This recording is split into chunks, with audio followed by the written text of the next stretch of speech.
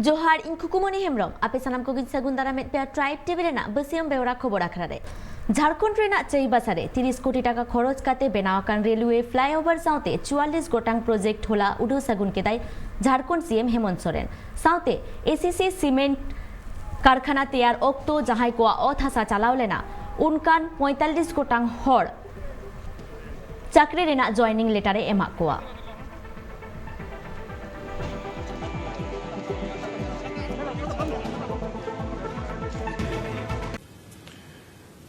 और आज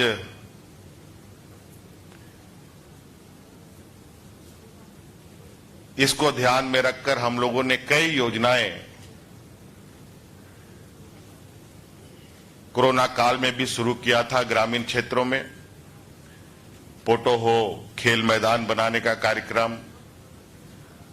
हम लोगों ने बिरसा हरित योजना के नाम से ग्रामीण क्षेत्र में फलदार वृक्ष लगाने का काम,